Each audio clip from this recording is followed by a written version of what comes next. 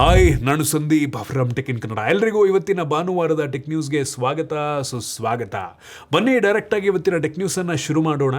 ಇವತ್ತಿನ ಮೊದಲ tech news ಬಂದ್ಬಿಟ್ಟು ಫ್ಲಿಪ್ಕಾರ್ಟ್ನಲ್ಲಿ ಸಾಸಾ ಲೇಲೆ ಸೇಲ್ ಏನು ಶುರುವಾಗಿದೆ. ಈ ಟೈಮಲ್ಲಿ ಓಪೋ ಫೈಂಡ್ X9 ಸ್ಮಾರ್ಟ್ಫೋನ್ನ ಬೆಲೆ ಹೆವಿ ಕಡಿಮೆ ಆಗಿದೆ ಆಯಿತಾ. ನಾನು ಚೆಕ್ ಮಾಡಬೇಕಾದ್ರೆ ಶುಕ್ರವಾರ ಬೆಳಗ್ಗೆ ಲಿಟ್ರಲಿ ಈ ಸ್ಮಾರ್ಟ್ಫೋನ್ 58,000 ರೂಪಾಯಿಗೆ ಲಿಸ್ಟ್ ಆಗಿತ್ತು. ನಾರ್ಮಲಿ ಈ ಸ್ಮಾರ್ಟ್ಫೋನು 75,000 ರೂಪಾಯಿಗೆ ಸೇಲ್ ಆಗುತ್ತೆ. ಲಿಟ್ರಲಿ 58-60,000 ರೂಪಾಯಿ ರೇಂಜಿಗೆ ಒಂದು ಒಳ್ಳೆ ಸ್ಮಾರ್ಟ್ಫೋನ್ ಆಗ್ಬೋದು. ಈ ಫೋನಲ್ಲಿ ಒಳ್ಳೆ ಕ್ಯಾಮ್ರಾ ಇದೆ, ಪರ್ಫಾರ್ಮೆನ್ಸ್ ಚೆನ್ನಾಗಿದೆ, ಬಿಲ್ಡ್ ಕ್ವಾಲಿಟಿ ಚೆನ್ನಾಗಿದೆ. ಚೆಕ್ ಮಾಡ್ತಾ ಇರಿ ಆಯಿತಾ. ಪ್ರೈಸು ಒಂದೊಂದು ಟೈಮ್ ಜಾಸ್ತಿ ಆಗಿರುತ್ತೆ, ಒಂದೊಂದು ಟೈಮ್ ಕಡಿಮೆ ಆಗಿರುತ್ತೆ ಆಯಿತಾ. ಪ್ರೈಸ್ ಗ್ರಾಫ್ ನೋಡ್ಕೊಳ್ಳಿ, ನಿಮಗೆ ಪ್ರೈಸ್ದು ಲೆಕ್ಕಾಚಾರ ಅಲ್ಲೇ ಸಿಕ್ಬಿಡುತ್ತೆ. ಇನ್ನು ಮುಂದಿನ ಟೆಕ್ ನ್ಯೂಸ್ ಬಂದುಬಿಟ್ಟು ಗೂಗಲ್ನವರು ಆ್ಯಂಡ್ರಾಯ್ಡ್ 17ನಲ್ಲಿ ಇನ್ಸ್ಟಾಗ್ರಾಮ್ನ ಆಪ್ಟಿಮೈಸೇಷನ್ ಚೆನ್ನಾಗಿ ಮಾಡೋದಕ್ಕೆ ಮೆಟಾದವ್ರ ಜೊತೆ ಏನೋ ಪಾರ್ಟ್ನರ್ ಆಗಿದ್ದಾರಂತೆ. ಸೊ ನೆಕ್ಸ್ಟಿಂದ ಇನ್ಸ್ಟಾಗ್ರಾಮ್ ತುಂಬ ಚೆನ್ನಾಗಿ ಆಪ್ಟಿಮೈಸ್ ಆಗಿರುತ್ತೆ ಮತ್ತು ಇನ್ಸ್ಟಾಗ್ರಾಮ್ ಒಳಗಿರುವಂಥ ಕ್ಯಾಮ್ರಾದಲ್ಲಿ HDR ಫೋಟೋಸ್ ಎಲ್ಲ ತುಂಬ ಚೆನ್ನಾಗಿ ಬರುತ್ತಂತೆ. ಸೊ ಒಳ್ಳೆಯದು, ನೋಡೋಣ ಏನೆಲ್ಲ ಇಂಪ್ರೂವ್ಮೆಂಟ್ಸ್ ಈ ಒಂದು ಇನ್ಸ್ಟಾಗ್ರಾಮಲ್ಲಿ ಆಗುತ್ತೆ ಅಂತ. ಇನ್ನು ಮುಂದಿನ ಟೆಕ್ ನ್ಯೂಸ್ ಬಂದುಬಿಟ್ಟು ಗೂಗಲ್ನವರು ಮೊನ್ನೆ ಅವ್ರದ್ದೇನು ಇವೆಂಟ್ ಆಯಿತು, ಅದರಲ್ಲಿ ಗೂಗಲ್ ಬುಕ್ ಅಂತ ಒಂದು ಆ್ಯಂಡ್ರಾಯ್ಡ್ ಲ್ಯಾಪ್ಟಾಪನ್ನು ಲಾಂಚ್ ಮಾಡಿದ್ದಾರೆ. ನಂಗೆ ಅನ್ನಿಸ್ತಂಗೆ ಇದು ಸಕ್ಸೀಡ್ ಆಗಲ್ಲ ಆಯಿತಾ. ಆಪಲ್ ಅವ್ರದ್ದು ಮ್ಯಾಕ್ಬುಕ್ ನಿಯೋಗೆ ಕಾಂಪಿಟೇಷನ್ ಕೊಡೋದಕ್ಕೆ ಈ ಒಂದು ಲ್ಯಾಪ್ಟಾಪನ್ನು ಲಾಂಚ್ ಮಾಡಿದ್ದಾರೆ. ನಂಗೆ ಅನ್ನಿಸ್ತಂಗೆ ವರ್ಕ್ ಆಗಲ್ಲ ಆಯಿತಾ. ಈ ವಿಂಡೋಸ್ ಲ್ಯಾಪ್ಟಾಪ್ಗೂ ಮತ್ತು ಆಪಲ್ದು ಮ್ಯಾಕ್ಬುಕ್ಕಲ್ಲಿರುವಂಥ iOSಗೂ ಮತ್ತು ಗೂಗಲ್ ಆ್ಯಂಡ್ರಾಯ್ಡ್ ಲ್ಯಾಪ್ಟಾಪ್ಗೂ ತುಂಬ ಡಿಫ್ರೆನ್ಸ್ ಇದೆ ಆಯಿತಾ. ನಂಗೆ ಅನ್ನಿಸ್ತಂಗೆ ಗೂಗಲ್ ಆ್ಯಂಡ್ರಾಯ್ಡ್ ಲ್ಯಾಪ್ಟಾಪು ಆ ಲೆವೆಲ್ ಆಪ್ಟಿಮೈಸೇಷನ್, ಆ ಲೆವೆಲ್ ಅಪ್ಲಿಕೇಶನ್ ಸಪೋರ್ಟನ್ನು ಕೊಡೋಕ್ಕೆ ಸಾಧ್ಯ ಇಲ್ಲ. ಸದ್ಯಕ್ಕೊಂದು ಸಾಧ್ಯ ಇಲ್ಲ, ಫ್ಯೂಚರ್ನಲ್ಲಿ ಬರ್ಬೋದೇನೋ. ಒಟ್ಟಿನಲ್ಲಿ ತುಂಬ ಯುನೀಕ್ ಆಗಿದೆ. ಗ್ಲೋಬಾರ್ ಅಂತ ಎಲ್ಲ ಹಿಂದ್ಗಡೆ ನಿಮಗೆ RGB ಲೈಟ್ ಎಲ್ಲ ಅವ್ರ ರೀತಿ ಏನೋ ಮಾಡಿದ್ದಾರೆ. ಇಂಟ್ರೆಸ್ಟಿಂಗ್ ಆಗಿದೆ, ಬಟ್ ಸ್ಟಿಲ್ ಕಷ್ಟ ಇದೆ ಸಕ್ಸೀಡ್ ಆಗುವಂಥದ್ದು. ಇನ್ನು ಮುಂದಿನ ಟೆಕ್ ನ್ಯೂಸ್ ಬಂದುಬಿಟ್ಟು ಕಳೆದ ವರ್ಷ ಆಪಲ್ನವರು ಓಪನ್ AI ChatGPT ಜೊತೆ ಕೊಲಾಬರೇಟ್ ಆಗಿ ಆಪಲ್ ಇಂಟೆಲಿಜೆನ್ಸನ್ನು ಲಾಂಚ್ ಮಾಡಿದರು.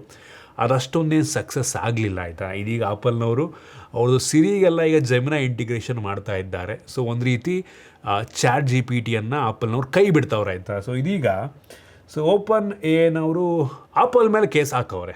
ಸೊ ಈ ಕೊಲಾಬ್ರೇಷನಿಂದ ನಮಗೆ ಲಾಸ್ ಆಗಿದೆ, ಅನ್ಕಂಡಷ್ಟು ಈ ChatGPTಗೆ ಕಸ್ಟಮರ್ಸು ಆಪಲ್ ಕಡೆಯಿಂದ ಬಂದಿಲ್ಲ, ಒಂದು ರೀತಿ ಡಿಫಮೇಷನ್ ಹಾಕಿದ್ದಾರೆ ಆಯಿತಾ. ಸೊ ಅದು ಏನಾಗುತ್ತೋ ಗೊತ್ತಿಲ್ಲ, ಏನಪ್ಪ ಈ ಕಂಪ್ನಿಗಳದ್ದು ಕಥೆನೇ ಅರ್ಥ ಆಗಲ್ಲ. ಇನ್ನು ಮುಂದಿನ ಟೆಕ್ ನ್ಯೂಸ್ ಬಂದ್ಬಿಟ್ಟು ಮೆಟಾನವರು ವಾಟ್ಸಾಪ್ಗೆ ಇನ್ಕಾಗ್ನೇಟೋ ಚಾಟ್ ಫೀಚರ್ನ ತಗೊಂಬರ್ತಾರಂತೆ.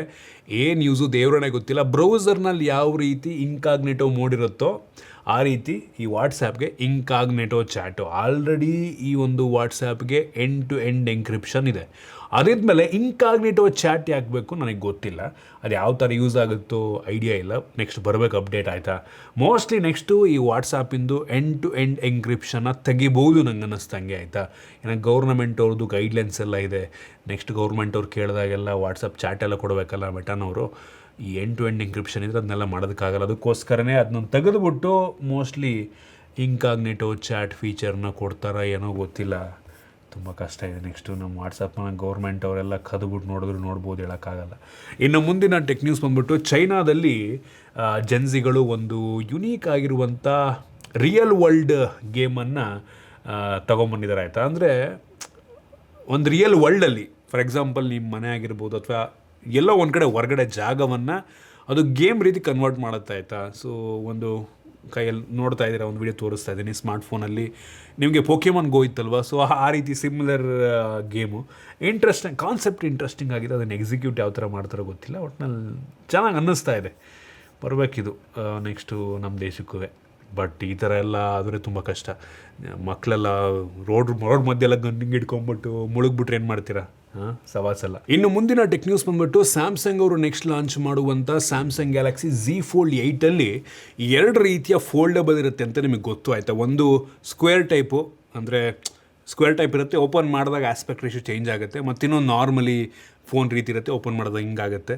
ಸೊ 2 ಫಾರ್ಮ್ ಫ್ಯಾಕ್ಟ್ರಲ್ಲಿ ಬರ್ತಾ ಇದೆ ಅಲ್ವಾ.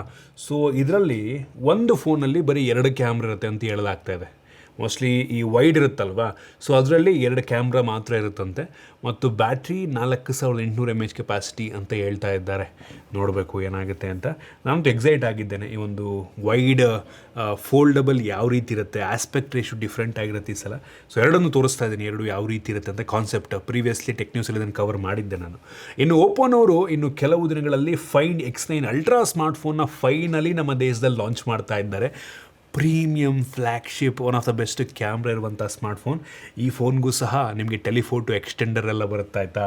ಸೊ ನೋಡೋಣ, ಇದ್ರ ಜೊತೆಗೆ ಫೈಂಡ್ X9s ಅಂತ ಕೂಡ ಒಂದು ಫೋನ್ ಬರಬಹುದು. ಇದು ಮೋಸ್ಟ್ಲಿ ವಿವೋದು X300 ಅಲ್ಟ್ರಾಗೆ ಕಾಂಪಿಟೇಷನ್ ಕೊಡೋದಕ್ಕೆ ಲಾಂಚ್ ಮಾಡಿದ್ರೆ ಏನೋ ಅಂತೆಲ್ಲ ಒಂದು ಕಡೆ ಅನ್ನಿಸ್ತಾ ಇದೆ. ಈ ಫೋನ್ನ ಲುಕ್ ಮಾತ್ರ ಸಖತ್ತಾಗಿದೆ ಒಂಥರ ಆಯಿತಾ, ಆ್ಯಸಲ್ ಬ್ಲಡ್ ಕ್ಯಾಮ್ರಾ ರೀತಿಯಲ್ಲಿ ಅನ್ಸುತ್ತೆ ನೋಡೋದಕ್ಕೆ. ಇದಕ್ಕೂ ಕೂಡ ಎಕ್ಸೈಟ್ ಆಗಿದ್ದೀನಿ, ನೋಡೋಣ ಇದಕ್ಕೆ ಏನೋ X300 Pro ಅಲ್ಟ್ರಾ ಕಂಪೇರ್ ಮಾಡ್ಕೊಂಡ್ರೆ ಹೆಂಗಿರುತ್ತೆ ಕ್ಯಾಮ್ರಾ ಅಂತ. ನೋಡೋಣ ಕಳಿಸ್ತಾರೆ ಅನ್ನೋ ಗೊತ್ತಿಲ್ಲ. ಇನ್ನು ಮುಂದಿನ ಟೆಕ್ ನ್ಯೂಸ್ ಬಂದುಬಿಟ್ಟು ರೆಡ್ಮಿನವರು ಇನ್ನು ಕೆಲವು ದಿನಗಳಲ್ಲಿ ರೆಡ್ಮಿ ಟರ್ಬೋ 5 ಲಾಂಚ್ ಮಾಡ್ತಾ ಇದ್ದಾರೆ. ಟ್ವಿಟರ್ನಲ್ಲಿ ಕಮ್ಮಿಂಗ್ ಸೂನ್ ಅಂತ ಆಲ್ರೆಡಿ ಹಾಕ್ಕೊಂಡಿದ್ದಾರೆ ಆಯಿತಾ. ಸೊ ಈ ಸ್ಮಾರ್ಟ್ಫೋನ್ನ ಸ್ಪೆಸಿಫಿಕೇಷನ್ ನೆಕ್ಸ್ಟ್ ಲೆವೆಲ್ ಇದೆ. ಚೈನಾದಲ್ಲಿ ಆ್ಯಕ್ಚುಲಿ ಇದು ಬರೀ 30,000 ರೂಪಾಯಿಗೆ ಲಾಂಚ್ ಆಗಿದೆ. ಈ ಫೋನಲ್ಲಿ ನಮಗೆ ಡೈಮಂಡ್ 8500 ಅಲ್ಟ್ರಾ ಪ್ರೋಸರ್ ಇದೆ, ಹೆವಿ ಪವರ್ಫುಲ್ ಆಗಿರುವಂಥ ಪ್ರೋಸರು. ಡಿಸ್ಪ್ಲೇ ಚೆನ್ನಾಗಿದೆ, performance, RAM type, storage type ಪ್ರತಿಯೊಂದು ಕೂಡ ಚೆನ್ನಾಗಿದೆ. ನೋಡೋಣ ಎಷ್ಟಕ್ಕೆ ಲಾಂಚ್ ಮಾಡ್ತಾರೆ ಅಂತ. ಐ ಹೋಪ್ ಒಂದು 35,000 ರೂಪಾಯಿ ಒಳಗೆ ಆಗುತ್ತೆ ಅಂತ ಅಂದ್ಕೊಳ್ಳೋಣ. 35 ಒಂದು ಒಳ್ಳೆ ಆಪ್ಷನ್ ಆಗ್ಬೋದು. ನೋಡೋಣ ಎಷ್ಟಕ್ಕೆ ಲಾಂಚ್ ಮಾಡ್ತಾರೆ. ಇನ್ನು ಮುಂದಿನ ಟೆಕ್ ನ್ಯೂಸ್ ಬಂದುಬಿಟ್ಟು GTA 6 ಪ್ರೀ ಆರ್ಡರ್ ಮೋಸ್ಟ್ಲಿ ನಾಳೆಯಿಂದ ಶುರುವಾಗ್ಬೋದು. ಮೇ 18ನೇ ತಾರೀಕಿಂದ ಗೊತ್ತಿಲ್ಲ, ಅದನ್ನು ಪೋಸ್ಟ್ಪೋನ್ ಮಾಡಿದ್ರು ಮಾಡ್ಬೋದೇನೋ. ಒಟ್ಟಿನಲ್ಲಿ ಸದ್ಯಕ್ಕಂತೂ ನಾಳೆಯಿಂದ ಈ ಪ್ರೀ ಆರ್ಡರ್ ಶುರುವಾಗುತ್ತೆ ಅಂತ ಹೇಳ್ತಾ ಇದ್ದಾರೆ. ಮತ್ತು ಈ ವಾರ ಈ GTA 6 3ನೇ ಟ್ರೈಲರ್ ಬರ್ಬೋದು ಅಂತ ಕೂಡ ಹೇಳ್ತಾ ಇದ್ದಾರೆ, ಥರ್ಡ್ ಟ್ರೈಲರು. ಸೊ ನಾನಂತೂ ಎಕ್ಸೈಟ್ ಆಗಿದ್ದೆ, ನೋಡೋಣ ಯಾವ ರೀತಿ ಈ ಟ್ರೈಲರ್ ಇರುತ್ತೆ ಅಂತ. ಇನ್ನು ಮುಂದಿನ ಟೆಕ್ ನ್ಯೂಸ್ ಬಂದುಬಿಟ್ಟು ಸೋನಿನವರು ಫೈನಲಿ ಸೋನಿ A7R6 ಲಾಂಚ್ ಮಾಡಿದ್ದಾರೆ. ಈ R ಸೀರೀಸ್ ಹೆವಿ ಕ್ಯಾಮ್ರಾಗಳನ್ನು ಸೋನಿನವರು ಲಾಂಚ್ ಮಾಡ್ತಾ ಇದ್ದಾರೆ. ಪ್ರೈಸ್ ಮಾತ್ರ ಕ್ರೇಜಿ ಜಾಸ್ತಿ ಇದೆ.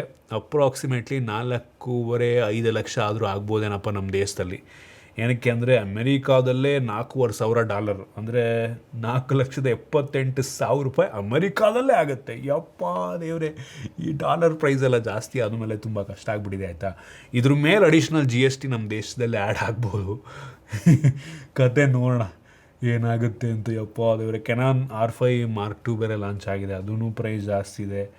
ಈ R ಸೀರೀಸಿಂದು ಅಡ್ವಾಂಟೇಜ್ ಏನಪ್ಪ ಅಂದರೆ ಮೆಗಾಪಿಕ್ಸೆಲ್ ಜಾಸ್ತಿ ಇರುತ್ತೆ. ಇದರಲ್ಲಿ 66.8 ಮೆಗಾಪಿಕ್ಸೆಲಿಂದು ಕ್ಯಾಮ್ರಾ. ಸೊ ಕ್ರೇಜಿ ಗುರು. 16 ಸ್ಟಾಪ್ಸ್ ಆಫ್ ಡೈನಾಮಿಕ್ ರೇಂಜು ಚೆನ್ನಾಗಿದೆ. ಸ್ಟಾಪು ಎಲ್ಲ ಚೆನ್ನಾಗಿದೆ. 30 FPS ಕಂಟಿನ್ಯೂಸ್ ಶೂಟಿಂಗ್ ಅಂತೆ, ಕ್ರೇಜಿ. ನೋಡೋಣ ಹೆಂಗಿದೆ ಅಂತ. ಸೊ ಅವ್ರು ಕಳಿಸಿದ್ರೆ ಅನ್ಬಾಕ್ಸ್ ಮಾಡೋಣ, ಇದನ್ನು ಏನಂತೀರ.